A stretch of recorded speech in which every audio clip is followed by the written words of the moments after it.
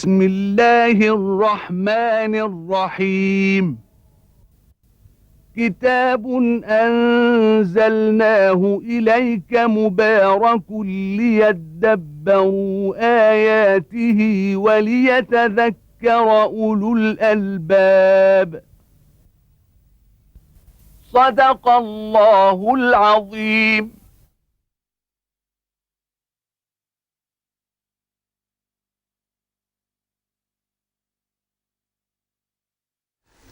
الحمد لله رب العالمين، والصلاة والسلام على عبده ورسوله الأمين المبعوث رحمة للعالمين سيدنا ونبينا محمد وعلى آله وأصحابه ومن اهتدى بهداه وعمل بسنته إلى يوم الدين. وبعد، فيقول الله تبارك وتعالى: قال هذا رحمة من ربي فإذا جاء وعد ربي جعله دكاء وكان وعد ربي حقا وتركنا بعضهم يومئذ يموج في بعض ونفخ في الصور فجمعناهم جمعا وعرضنا جهنم يومئذ للكافرين عرضا الذين كانت أعينهم في غطاء عن ذكري وكانوا لا يستطيعون سمعا أفحسب الذين كفروا أن يتخذوا عبادي من دوني أولياء إنا أعتدنا للكافرين نزلا قل هل ننبئكم بالأخسرين أعمالا الذين ضل سعيهم في الحياة الدنيا وهم يحسبون أنهم يحسنون صنعا أولئك الذين كفروا بآيات ربهم ولقائه فحبطت أعمالهم فلا نقيم لهم يوم القيامة وزنا ذلك جزاؤهم جهنم بما كفروا واتخذوا آياتي ورسلي هزوا.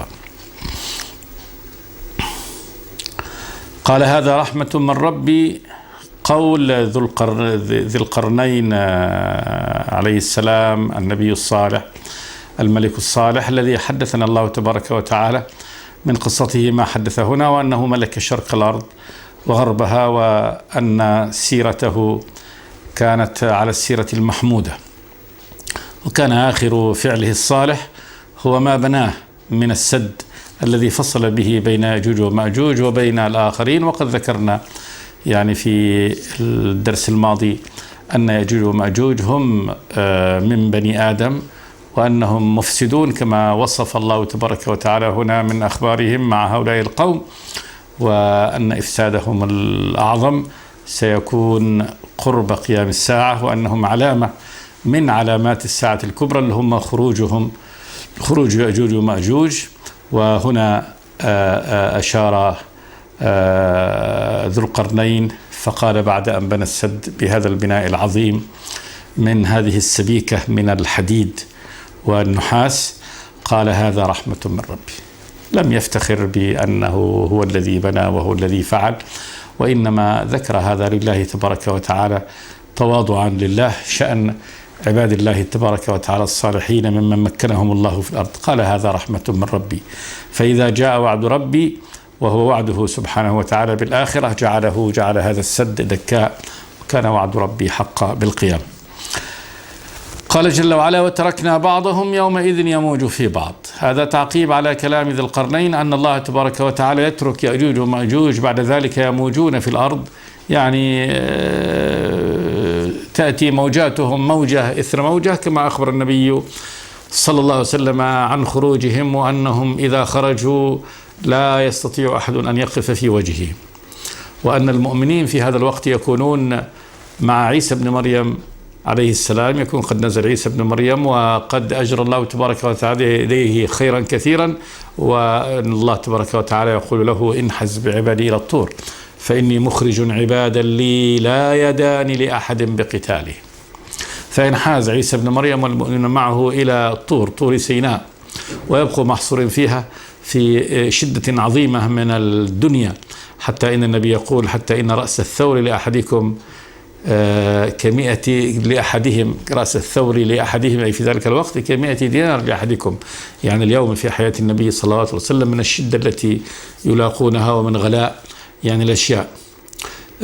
فإذا خرج هؤلاء فإنهم لا يبقون أخضر ولا يابس أمامهم، بل إنهم يغورون أحيانا بعض الأنهار فيشربونها يعني إلى آخر قطرة، كما أخبر النبي أنهم إذا مروا بطبرية شربها الأولون، فإذا جاءت الموجات التي بعدهم يقولون قد كان ها هنا ماء، يمرون بموقع طبرية يقول قد كان ها هنا ماء. ثم إن الله تبارك وتعالى بدعاء عيسى بن مريم عليه السلام ومن معه يفزعون الله تبارك وتعالى، فيرسل الله تبارك وتعالى عليهم النغف، دودة تأتي في أعناقهم، أعناق يأجوج ومأجوج، فيموتون فرسا كنفس واحدة، كأن موت واحد. هذه الأعداد الهائلة، الملايين الهائلة تموت كأنها نفس واحدة فقط تموت. يخرج عيسى بن مريم ومن معه من المؤمنين فيجدون أن الأرض قد ملئت من زهمهم ونتنهم، فيلزؤون الله تبارك وتعالى، فيرسل الله عز وجل طيرا كأن رؤوسهم، يقول النبي، البخاتي، بخاتي جمع بختية، والبختية هي الناقة الكبيرة، تأخذهم وتلقي بهم يعني في البحر. ثم يرسل الله تبارك وتعالى المطر 40 صباحا حتى تصبح الأرض كالزلقة كالمرآة النظيفة اللامعة، ثم يقال لها أخرجي بركتك. الشاهد من حديث يأجوج ومأجوج أنهم يخرجون في آخر الزمان على النحو الذي وصف الله تبارك وتعالى في القرآن هنا، وتركنا بعضهم يموج في بعض، والذي فصله النبي صلى الله عليه وسلم كما جاء هذا في دواوين السنة، ومنها يعني صحيح الإمام البخاري ومسلم بالتفصيل عن كيفية خروجهم وعن وقت ذلك، وأنه مصاحب لنزول عيسى بن مريم صلوات الله وسلامه عليه، وكذلك مصاحب للدجال. هذه 3 آيات مقترنة بعضها مع بعض. وتركنا بعضهم يومئذ يموج في بعض ونفخ في الصور، هذا اللي هو النفخ الثاني في الصور بعد النفخ الأولى التي يكون فيها يعني اندثار وانتثار هذا النظام الكوني. تكون النفخة الثانية ثم نفخ فيه أخرى فإذا هم قيام ينظرون. ونفخ في الصور فجمعناهم جمعا، الناس جميعا.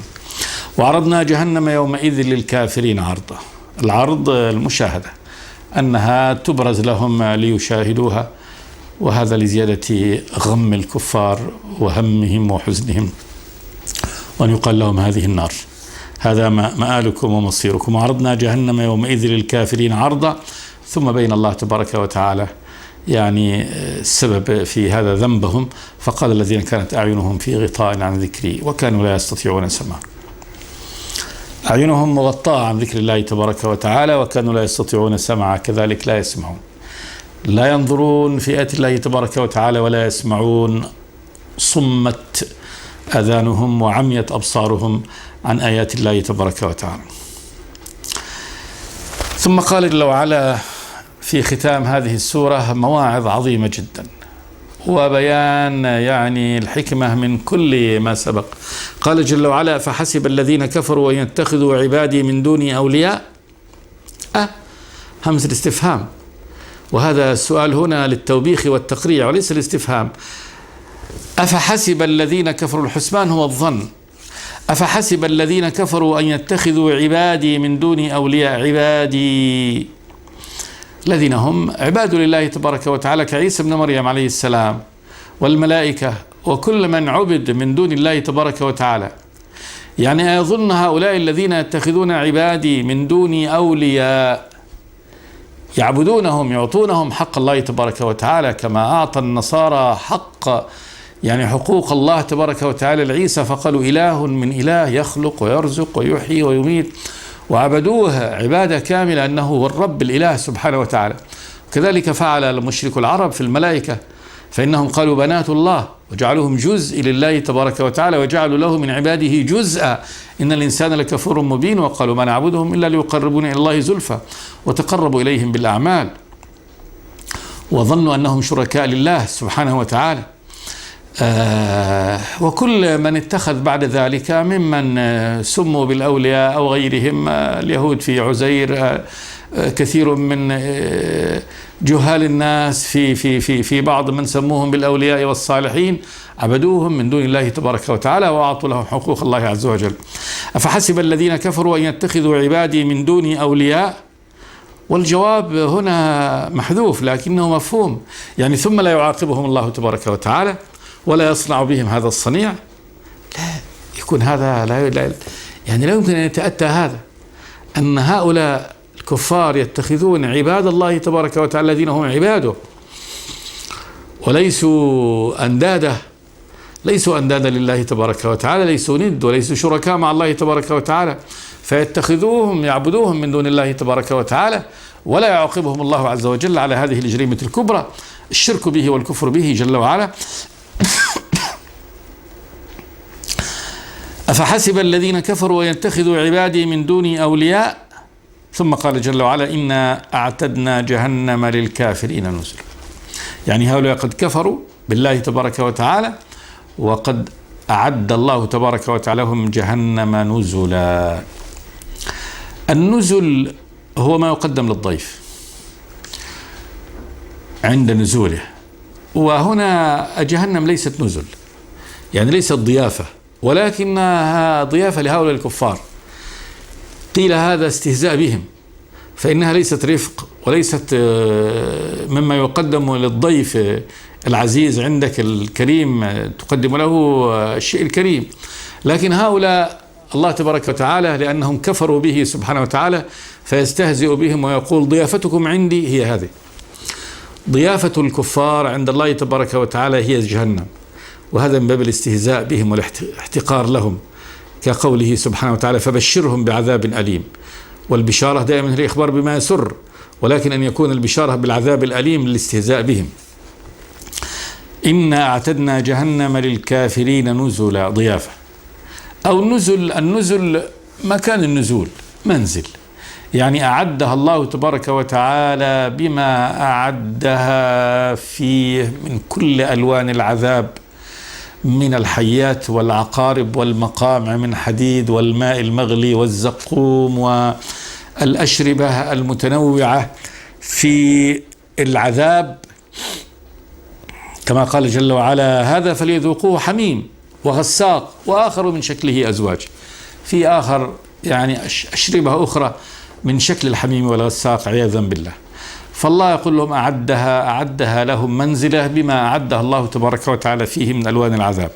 إنا أعتدنا جهنم للكافرين نزلا، أي أنه جهزت و يعني أقيمت ووضعت وأصبح كل شيء جاهز فيها لاستقبال هؤلاء الكفار. إنا أعتدنا جهنم للكافرين نزلا.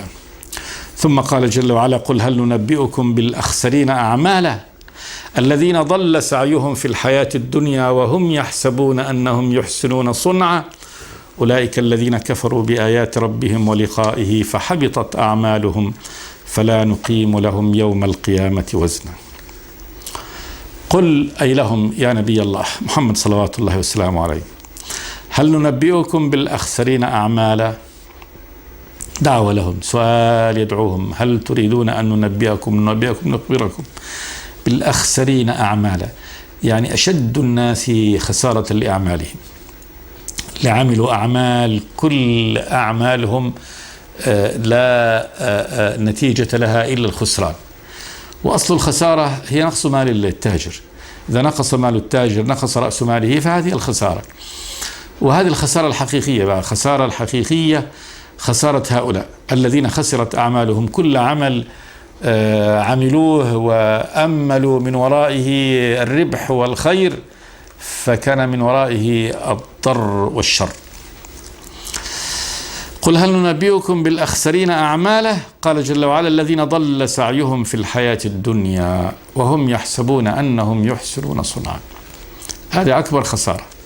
ضل سعيهم، السعي هو السير السريع، والضلال هو الذهاب عن جادة الحق والصواب.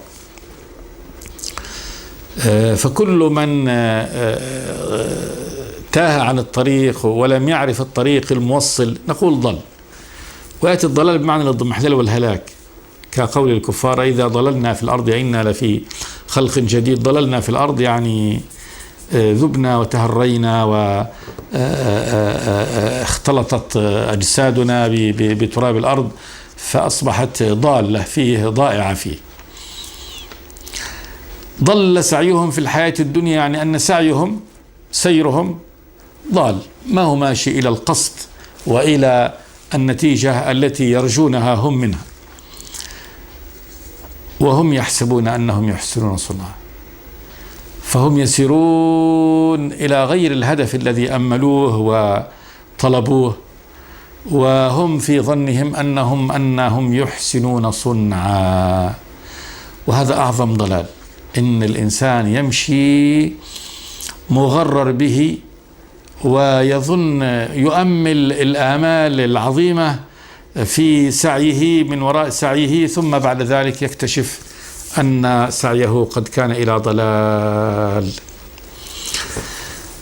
قال جل وعلا: أولئك الذين كفروا بآيات ربهم ولقائه فحبطت أعمالهم فلا نقيم لهم يوم القيامة وزنا. هذا عمل هؤلاء الكفار، فإن هؤلاء الكفار عملوا ما عملوه وأملوا ما أملوه. منهم من كان يعني يتوقع الخير في الآخرة، ولكن لما كان عمله على الشرك والضلال فإنه يأتي ولا حسنة له يوم القيامة. وجوه يومئذ خاشعة عاملة ناصبة تصلى نارا حامية. والذين كفروا أعمالهم كسراب بقيعة يحسبه الظمآن ماء حتى إذا جاءه لم يجده شيئا ووجد الله عنده فوفاه حسابه والله سريع الحساب. فأعمالهم التي ظنوا أنها نافعة لهم عند الله وأنها مقربة لهم عنده وأنهم بها ينالون الرضوان من الله تبارك وتعالى، لا يقبل الله تبارك وتعالى منها عمل. وقدمنا إلى ما عملوا من عمل فجعلناه هباء منثورا. والهباء لا يمكن جمعه، فإن الهباء الذي هو رماد النار، الجزيئات الصغيرة من رماد النار إذا انتشرت في الجو بفعل الريح الشديدة فإنه لا مجال لأن يجمعها جامع بعد ذلك. فالله يقول: فجعلناه هباء منثورا. أين ديت؟ فهم لا يقدرون عليه. والذين كفروا أعمالهم كرماد اشتدت به الريح في يوم عاصف لا يقدرون مما كسبوا على شيء، لا يقدرون مما كسبوا على شيء أن يحصلوه، أن يحصلوا ثواب وأجر ما اكتسبوه ونتيجة ما اكتسبوه كلها قد ذهبت، لأن الله تبارك وتعالى أبطل أعمالهم لأنه قام على الشرك والكفر بالله تبارك وتعالى. فهؤلاء الله تبارك وتعالى يقول: أولئك الذين كفروا بآيات ربهم ولقائه فحبطت أعمالهم. الحبط، أصل الحبط هو داء يصيب الإبل من كثرة الأكل ومن أكل العشبة السامة، تنتفخ بطونها فتظهر كأنها يعني سليمة سمينة، ولكن يكون هذا الداء في جوفها يعمل عمله ثم إذا بها تسقط فجأة وتموت. وشبه الله تبارك وتعالى عمل الكافر على هذا النحو، أنه يظهر وينتفش وينتفخ ويكون له يعني زينة وزخرف ومظهر، لكنه مظهر كاذب، وإذا به بعد ذلك يعني يكتشف أنه لا شيء، يسقط. حبطت أعمالهم. قال جل وعلا: فلا نقيم لهم يوم القيامة وزنا. لا نقيم لهم يوم القيامة وزنا له معنيين: لا نقيم لهم وزنا لا نأبه به، بمعنى أنهم محتقرون مستصغرون ما يسوون شيء، لا قيمة لهم عند الرب تبارك وتعالى، كما في الحديث الصحيح أن النبي قال: يؤتى بالرجل السمين العظيم يوم القيامة، يعني اللي هو من أهل النار، لا يزن عند الله جناح بعوض، ما يساوي شيء عند الله ولا جناح البعوض. وكما في الحديث الصحيح أن النبي صلى الله عليه وسلم وهو في مجلس من أصحابه مر بهم رجل فقال: ما كنتم تقولون في مثل هذا؟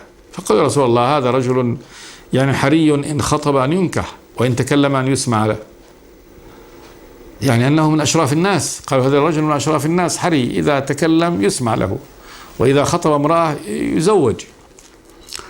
ثم سكت النبي صلى الله عليه وسلم. ثم مر رجل آخر من فقراء وضعفاء المسلمين فقال: وما كنتم تقولون في مثل هذا؟ فقال الرجل صلى الله عليه وسلم: رجل يعني من فقراء الناس، هذا حري إن تكلم ألا يسمع له، وإن خطب ألا ينكح.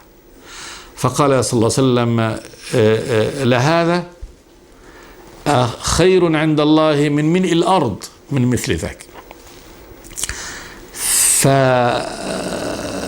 فيخبر سبحانه وتعالى بأن هؤلاء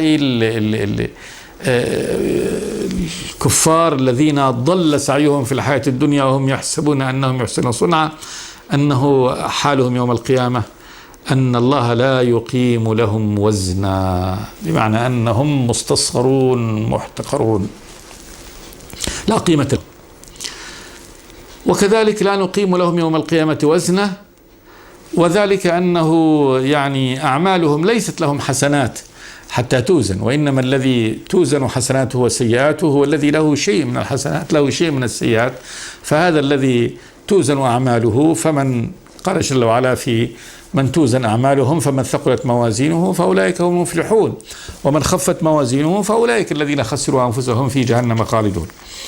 فهؤلاء لا وزن لهم لأنه لا حسنة لهم، أبطل الله تبارك وتعالى كل حسناته. قال جل وعلا: ذلك جزاؤهم جهنم بما كفروا واتخذوا آياتي ورسلي هزوا. ذلك جزاؤهم، ذلك المشار إليه هو هذا الذي أخبر الله تبارك وتعالى عنه من مآلهم، النار التي تنتظرهم إهمالهم وتحقيرهم، أنه لا وزن لهم، ثم هذه جهنم. ذلك جزاؤهم جهنم بما كفروا، يعني بسبب كفرهم، واتخذوا آياتي ورسلي هزوا، بسبب الكفر والاستهزاء بآيات الله تبارك وتعالى ورسله، أنهم اتخذوها هزوا يعني استهزأوا بها. وألوان الاستهزاء بآيات الله من الكفار بآيات الله تبارك وتعالى ورسله هذا باب واسع من ألوان ذلك: احتقار الرسل واستصغارهم، وقل لهم أنتم الذين بعثكم الله ما أرسل رسل ظن أنه غيرهم أولى منهم. هذه أمور كثيرة مما صنعه الكفار في استهزائهم بآيات الله تبارك وتعالى ورسله، فكان هذا جزاؤه. ثم ذكر الله تبارك وتعالى الصفحة المقابلة لهؤلاء، الفريق الآخر، هذا فريق السعير، فريق الذي لا يكون هذا مآله عند الله تبارك وتعالى من يعني الجحيم. فريق الآخر قال جل وعلا: إن الذين آمنوا وعملوا الصالحات كانت لهم جنات الفردوس نزلا. إن بالتأكيد يؤكد الله تبارك وتعالى الذين آمنوا، الإيمان تصديق وعمل بمقتضى هذا التصديق، آمنوا بالله تبارك وتعالى، الإيمان اللي هو بأركانه الستة: الإيمان بالله وملائكته وكتبه ورسله واليوم الآخر والقضاء والقدر خيره وشره من الله تعالى. هذه أصول الإيمان. فقد صدقوا بكل ما أخبر الله تبارك وتعالى به عن غيبه، الغيب هذا كله آمنوا به على النحو الذي أخبر عنه الرب تبارك وتعالى. ثم وعملوا الصالح، دائما يقرن الله تبارك وتعالى يعني في الجزاء بين الإيمان والعمل الصالح. عمل الصالحات جمع صالح، وكل ما أمر الله تبارك وتعالى به إنه هو من الصلاح، وعلى رأس ذلك تلاوة القرآن وإقامة الصلاة وإيتاء الزكاة صوم رمضان والحج، كما قال تبارك وتعالى: إن الذين يتلون كتاب الله وأقاموا الصلاة وأنفقوا مما رزقناهم سرا وعلانية يرجون تجارة لن تبور. فالأعمال الصالحة على كل حال هي كل شعب الإيمان، كما قال النبي صلى الله عليه وسلم: الإيمان 60 شعبة، أعلاها قول لا إله إلا الله، وأدناها إماطة الأذى عن الطريق، والحياء شعبة من الإيمان. إن الذين آمنوا وعملوا الصالحات كانت لهم جنات الفردوس نزلا. جنات الفردوس، الفردوس موقع في الجنة، مكان في الجنة، هو أعلى الجنة، كما قال النبي: إذا سألتم الله فاسألوا الفردوس فإنه وسط الجنة وأعلاها وفوقه عرش الرحمن. وذكر الله تبارك وتعالى هنا، طبعا هو الفردوس ليس جنة واحدة وإنما جنات بساتين هائلة عظيمة أعدها الله تبارك وتعالى لهؤلاء. إن الذين آمنوا وعملوا الصالحات كانت لهم جنات الفردوس نزلا ضيافة لهم. هذه ضيافتهم عند الله تبارك وتعالى، ضيافة أهل الإيمان والعمل الصالح، أن الله تبارك وتعالى هيأ لهم جنات الفردوس نزلا ضيافة، وكذلك نزلا منزلا. هذه منزلهم عند الله تبارك وتعالى، خالدين فيها لا يبغون عنها حولا، خالدين فيها ماكثين فيها مكثا لا ينقطع، كما قال جل وعلا: عطاء غير مجذوذ، فخلودهم فيها خلود. الخلود هو المكث الطويل في لغة العرب، وهو يعني أنهم ماكثون فيها مكثا لا ينقطع ولا ينتهي. خالدين فيها لا يبغون عنها حولا، يعني تتعلق قلوب بها تعلق يعني الملازم للشيء الذي لا يريده فكاكا عنه، لا يريدون عنها حولا، يعني أنه لا يأتي في قلوبهم أي ضجر أو ضيق أو سآمة أو ملال منها، بل لا يريدون أن يتحولوا عنها أي تحول.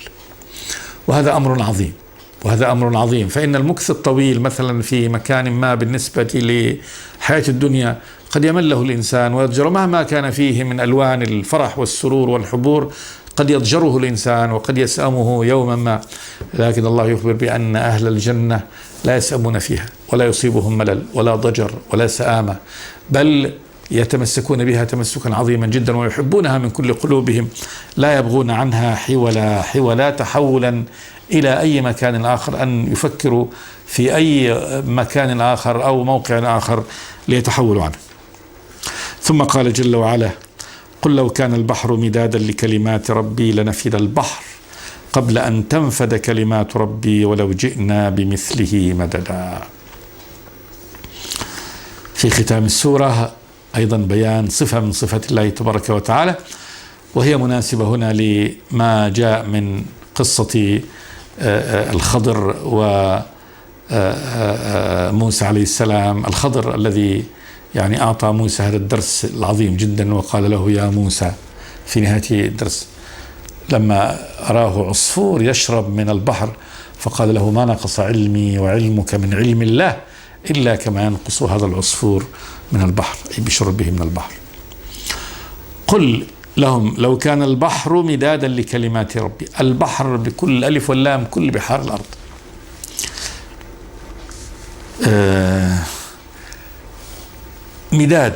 المداد الحبر الذي يكتب به لكلمات ربي. الله تبارك وتعالى هو الذي أحاط علما بكل شيء سبحانه وتعالى، المحيط علم بكل شيء، علمه لا يحد.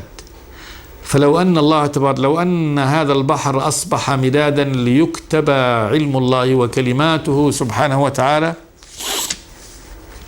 قال جل وعلا: لنفد البحر، ينتهي البحر، ينتهي من البحر قبل أن تنفد كلمات ربي، قبل أن تنفد كلمات الله، وذلك أنها علمه سبحانه وتعالى الذي لا ينتهي ولا يقف له وليس له حد ينتهي إليه.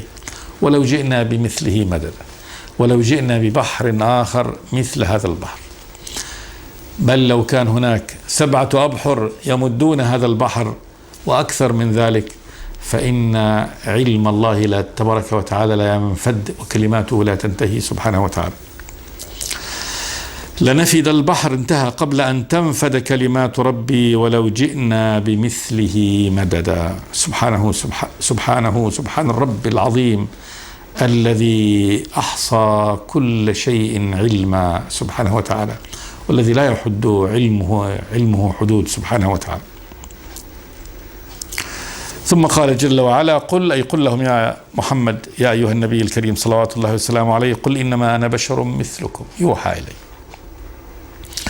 إنما بالحصر، إنما أنا بشر مثلكم، أي أيها الناس، يوحى إلي، مثلكم في البشرية، فهو ولد كما ولد البشر ويموت كما يموت البشر، ويمرض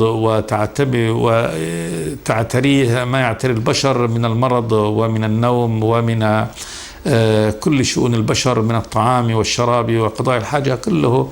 فالنبي صلى الله عليه وسلم بشر كالبشر تماما، وليس يعني من جنس آخر من أجناس الخلق كالملائكة. قل إنما أنا بشر مثلكم، ولكن الله تبارك وتعالى اصطفاه وميزه عن سائر البشر وعن سائر من لم يوحى إليه. قال يوحى إلي، يعني ميزه الله تبارك وتعالى بالوحي، يوحى إلي، فاصطفاه الله تبارك وتعالى بالوحي والرسالة التي أنزلها عليه سبحانه وتعالى.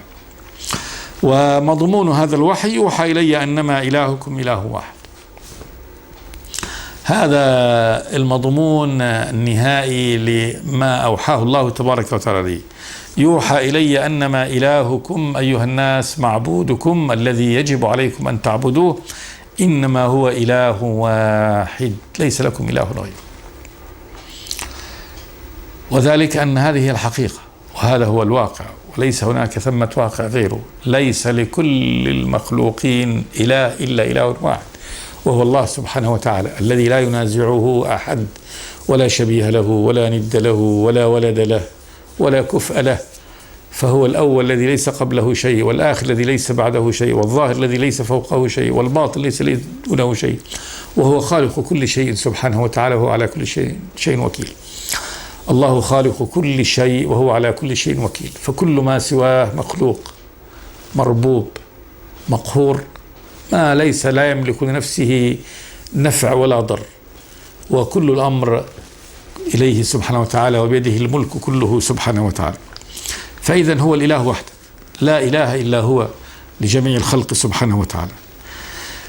قل إنما أنا بشر مثلكم يوحى إلي أنما إلهكم إله واحد. ثم قال جل وعلا فمن كان يرجو لقاء ربه فليعمل عملا صالحا ولا يشرك بعبادة ربه أحدا. فمن كان يرجو لقاء ربه، يرجو لقاء ربه، يرجو ما عند الله. هذا يعني بعث للهمم وتوجيه للأنظار والقلوب إلى هذا الرب الذي بيده ملكوت كل شيء سبحانه وتعالى، يملك الدنيا والآخرة. فمن كان يرجو لقاء ربه أي ويجد عنده الفوز العظيم والجائزة الكبرى، إذن فليعمل عملا صالحا. فهذا الذي يرجو لقاء الله تبارك وتعالى، الذي يريد ولقاء من؟ لقاء ربه سبحانه وتعالى، فليعمل عملا صالحا ولا يشرك بعبادة ربه أحد. عند ذلك ينال ما ينال من هذا الذي ذكره الله تبارك وتعالى: إن الذين آمنوا وعملوا الصالحات كانت لهم جنات الفردوس نزلا. وكذلك مفهوم هذا، ما دام أنه يرجو لقاء الله ويطمع فيما عنده سبحانه وتعالى ويطمع في السعادة الأبدية والخلود الأبدي، فإذا كذلك لابد أن يخاف هذا الرب سبحانه وتعالى، لأنه كذلك يؤاخذ بالذنب ويعاقب به. فمن كان يرجو لقاء ربه، يرجو ما عنده سبحانه وتعالى من الخير، يرجو الخلود والبقاء السرمدي في النعيم، وكذلك يحذر ما عنده سبحانه وتعالى من العذاب الأليم، فليعمل عملا صالحا. وهذه الأعمال الصالحة قد بينها الله تبارك وتعالى: ولا يشرك بعبادة ربه أحد. وذلك أن الله تبارك وتعالى لا يقبل إلا العمل الخالص له سبحانه وتعالى، ولا يشرك بعبادة ربه أحدا، سواء كان من هذه المخلوقات معبود من دون الله تبارك وتعالى، وكذلك لا يجعل هناك رياء يرائي به الخلق في عمله لله تبارك وتعالى، فإن الله لا يقبل من العمل إلا ما كان خالصا له. فمن صلى أو صام أو زكى ولكنه أو جاهد في سبيل الله ولكنه أراد يعني مدحة الناس أو معنى آخر من المعاني غير أن يعني لقاء ربه وغير ما عند الله تبارك وتعالى، فإنه لا أجر له. وقد جاءت الأحاديث الكثيرة بهذا، كقول النبي صلى الله عليه وسلم لمن قال: يا رسول الله، رجل يقاتل الشجاعة ويقاتل الحمية، أي ذلك في سبيل الله؟ فقال: من قاتل لتكون كلمة العليا فهو في سبيل الله. بهذا تكون قد تمت هذه السورة، سورة الكهف. نسأل الله تبارك وتعالى أن ينفعنا بما فيها من الآيات والذكر الحكيم. وفي الختام أصلي وأسلم على عبد الله ورسوله محمد، والحمد لله رب العالمين. بسم الله الرحمن الرحيم. كتاب أنزلناه إليك مبارك ليدبروا آياته وليتذكر أولو الألباب. صدق الله العظيم.